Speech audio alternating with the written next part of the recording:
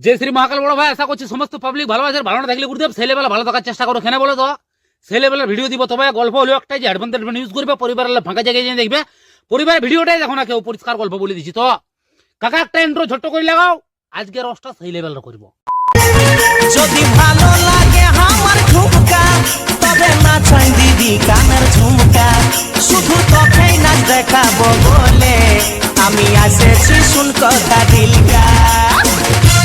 বড় ভাই, এই কলিযুগের দুনিয়া জানাওয়ালা মানুষ বেশি আছে। ভাবিয়া দিল রে